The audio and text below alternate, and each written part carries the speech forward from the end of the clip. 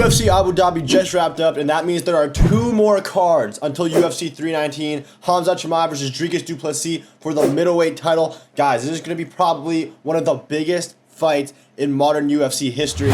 And you know what? To prepare for this fight, we will be ranking all of Khamzat Chimaev's wins. We're going to rank them based on dominance, based on significance, based on the level of opponents, their competition. And also, right before we jump into this tier list, I just want to mention the rankings. But when you have someone like Khamzat Chimaev who has so many dominating wins, a C in this case does not mean it's a bad performance. But I just need to find a way to be able to scale the wins. When you have someone that's dominating and shot Khamzat Chimaev, when he's fought a wide range of competition, you'll see what I mean. Because first things first, bro, we got his debut fight against John Phillips. And for John Phillips, I'm putting him in the C tier. He mauled John Phillips, bro. And when you have a debut and you're someone with the style of Khamzat Chimaev, mauling someone on your debut is the perfect way to send a message. That being said, bro, I feel like people throw around the word mauling too much, dude. People throw it around anytime a wrestler just gets a good amount of control time on somebody. But, dude, this is a mauling, bro. This was 45 significant strikes to 1. Within the first 5 seconds, Khamzat Chimaev lands a beautiful head kick and immediately transitions into a double leg. It's an insane sequence. And Phillips survives the round within like a thread of his life, bro. He's cut open. Khamzat Chimaev's like punching him with like the knuckles on his fingers. It's insane. Cuts him open. He's bleeding. I don't know how he survives the first round, but somehow he does. He survives within a third of his life. And the second round starts, and Khamzat Chimaev just blast doubles him again. Gets him down again. It was literally round 1 all over again. The submission was inevitable. And yeah, it was his first fight, so obviously it's not going to be the greatest opponent. But there's greater opponents to come, and I need to scale this properly, obviously. So even though it's a mauling, I'm putting in C tier because, as we know with Khamzat Chimaev, he's mauled many people. And we have to find a way to scale these maulings. So John Phillips is in C. Insane debut performance. And next up, we got Rhys McKee. And I'm putting Rhys McKee in the B tier, bro. And listen, Rhys McKee is the same level as opponent as John Phillips. The thing that separates these two is the fact that this fight was 10 days after he mauled John Phillips. So he mauled John Phillips, and then 10 days later he mauls Rhys McKee. And the thing is, even if it's a lower opponent, mauling a dude on your debut and then doing it again 10 days later is worth B tier. And he did it worse than John Phillips, bro. Brutal ground and pound for the finish in the first round. This is how you send a message. And when you're a dominating wrestler like Khamzat, this is how you display your dominance. And this was also 40 significant strikes to Rhys McKee's 0.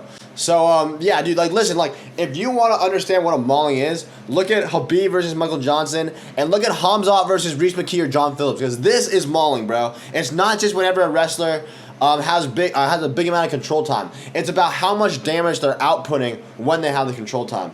So, yeah, I got Rhys McKee at B, and we're going to move on to Gerald and Meerschaert. And, guys, GM3, Khamzat's win over GM3 is A tier, guys, because this is not a mauling. This is a mogging, okay? From the moment the bell rang, Khamzat just walks down GM3. He doesn't even throw a single punch, dude. He doesn't even throw a single punch, but he's walking down GM3 with just his sheer presence, bro. Just walks him against the ring. Against the cage, I should say. And GM3 is trying to circle around, bro, but Khamzat's just walking him down. Didn't even throw a punch. I don't think he even feints a punch either, bro. Literally just walks him down and then knocks him out with the first punch he throws, dude. That is a mogging, and I really want to put this in S tier, bro. I was really considering putting this in S tier.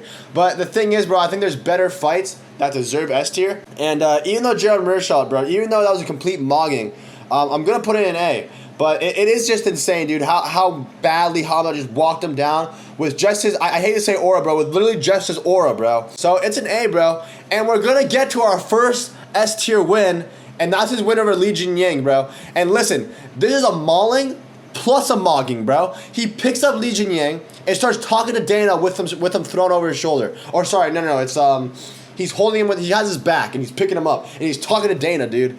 That is insane. And the thing is, this is Khamzat's first pay-per-view fight. All the other ones, I believe, were at Fight Island. This was Khamzat's first fight where it's on a pay-per-view. So in front of a whole crowd, you know there's fighters around, you know fighters are watching from the crowd. And this shows that not only is he dominant, but he's more confident than ever in his dominance. And I feel like that makes it even more scary, dude. The fact that he's so dominant and he knows how dominant he is, that he's okay with picking up a UFC level fighter and talking to Dana White while he hasn't picked up. And it's not just a show for the fans, but it's a show for the entire UFC. Because he's not just talking to Dana, bro. He's talking to at this point, he's fighting in welterweight. So he's talking to every welterweight in this that are watching, dude. And after a brutal 3 minutes, Khamzat gets the rear naked choke, puts Li Jingliang to sleep. And again, dude, 25 significant strikes to 0. Perfect accuracy on the significant strikes. He threw 25 strikes. He hit 25 strikes. It is absolutely insane. And at this point, dude, he has 4 fights. And he has absorbed 1 significant strike in his entire UFC career. Throughout 4 fights, absorbing 1 significant strike. It's just absolutely insane, bro. Like, this is literally a prospect, like, that you have to put above any other prospect you can think of. What other prospect is only absorbing 1 significant strike?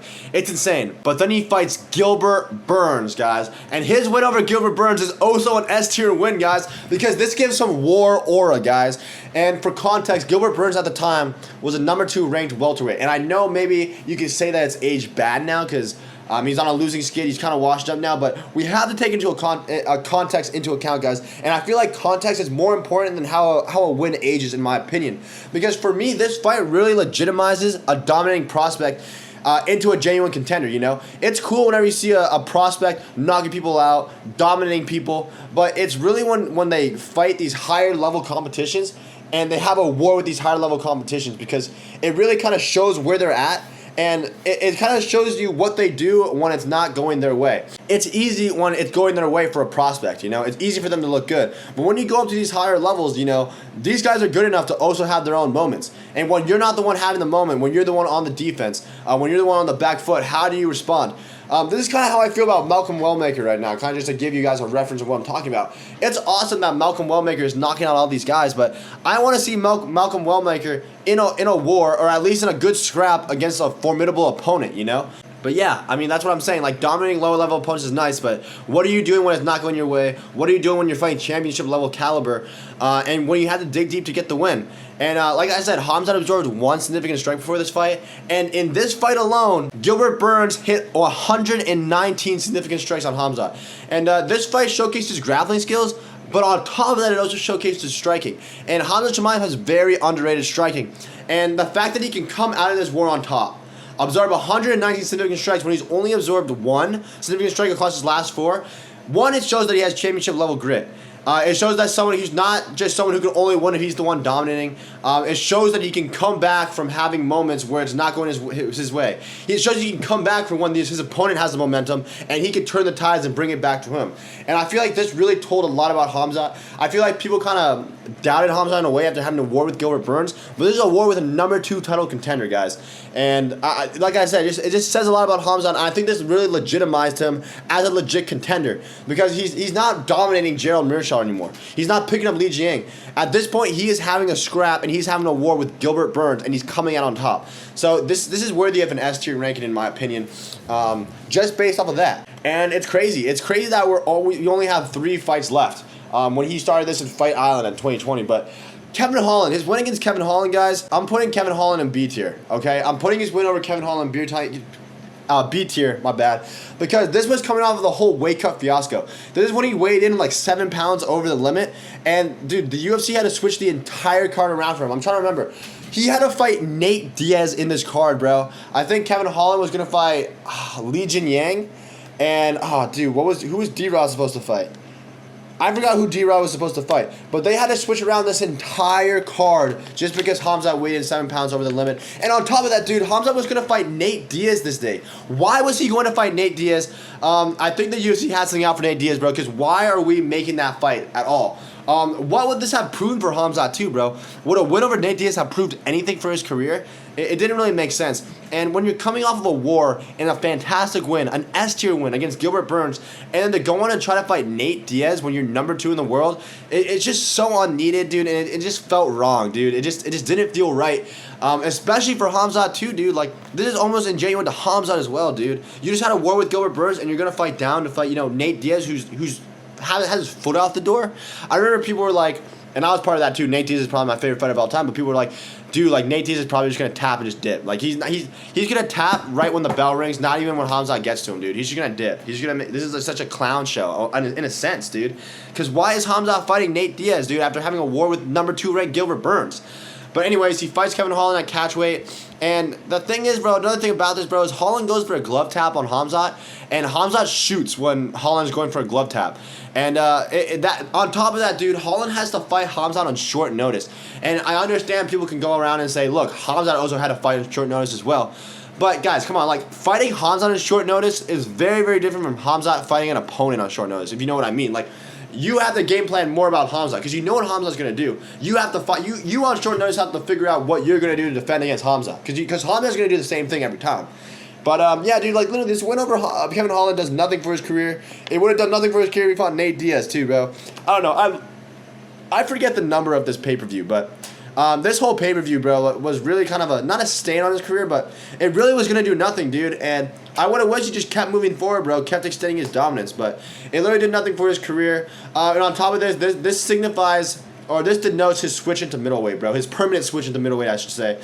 Because after missing weight by that bad, bro, you knew that he was probably not going to be a reliable welterweight contender.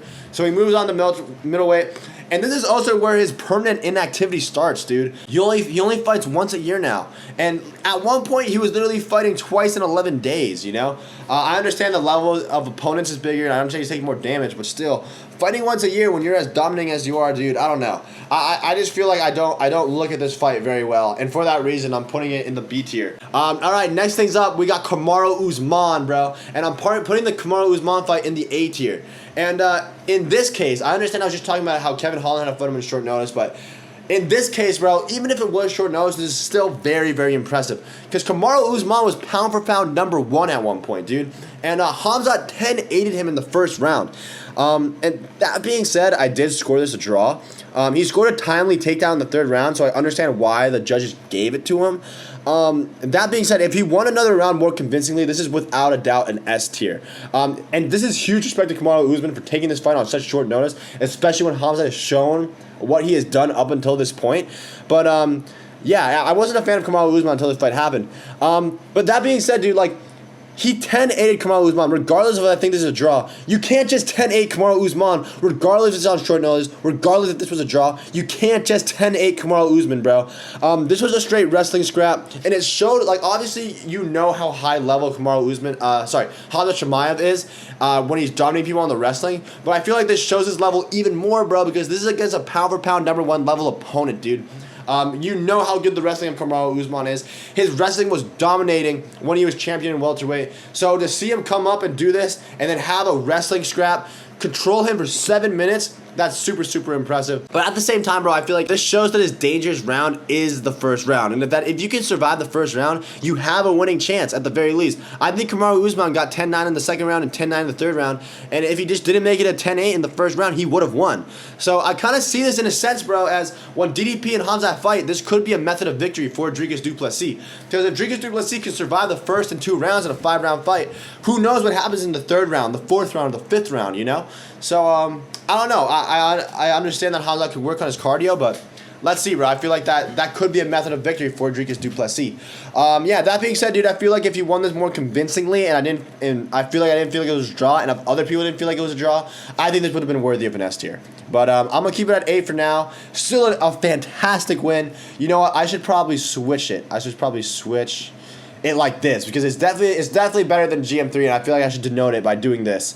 And I'll also move Kevin Holland around like this, just so we can have like a more clear set. Like this is the better B tier type of win. This is the better A tier type of win. I'll do this as well. Hold on, I'll do this as well.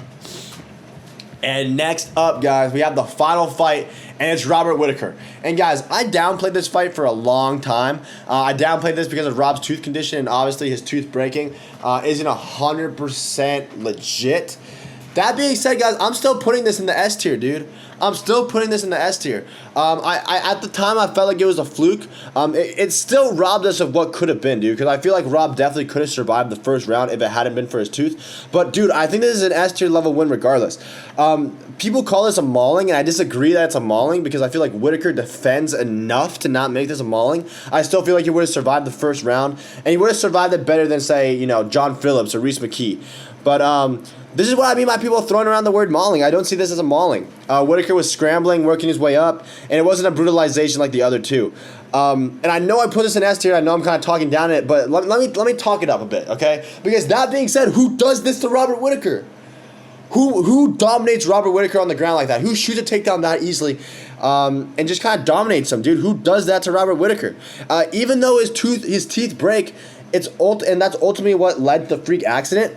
Robin had this condition for a while, and no one was able to utilize it, bro. Khamzat's the first opponent to actually capitalize on that, and he did it because of the position he put Rob in, you know? And I think Rob even admitted it in the press conference leading up to the RDR fight. But, dude, I'm literally the #1 Rob Glazer. I predicted Robert Whittaker to win this fight, and this was a very hard watch. And then on top of this, guys, I think Robert Whittaker's performance against RDR makes this win age even better, because we just saw Whittaker stuff 13 of RDR's 15 takedown attempts. So the fact that Khamzat was able to take him down as easily as he did and control him on the ground as easily as he did makes this win even more impressive in my eyes, especially using this fight as context. So, and also, guys, you have to look at the context of this, too, because the only people getting past Robert Whittaker in middleweight are champions, bro. The only people getting past Robert Whittaker at this time is Israel Adesanya and Dricus duplessis, and they're both champions. They're both top 3 middleweights of all time, in my opinion. So, if you're able to get past Robert Whittaker, you are championship level caliber in middleweight. And he didn't just get past him, he broke his face, as much as that hurts to say. So I think this is worthy of an S tier thing when you take the fact that Robert Whittaker is such a good gatekeeper in the middleweight division. And a win over Whittaker says a lot about whether or not you're championship level. And he didn't just beat Robert Whittaker, he controlled him for literally the entire fight. So yeah, this is worthy of an S tier, 100%. And guys, that's it for the tier list, guys. If you disagree with the tier list, if you agree with the tier list, let me know in the comments below. Actually, if you've made it this far into the video, comment down below. Who do you guys think is going to win, Dricus duplessis or Khamzat Chimaev? That being said, guys, I am Fight Ben Fight. I'll probably do a ranking of this with GDP as well, and I'll probably do more rankings like this, just one-offs in the past, just for any fighter. So if you also want to see me do a ranking of another fighter, let me know. This is definitely fun to make, but this is definitely my tier list in the sense of Khamzat Chimaev's wins. And yeah, I'll catch you guys in the next one. Cease, bro. Peace out, guys.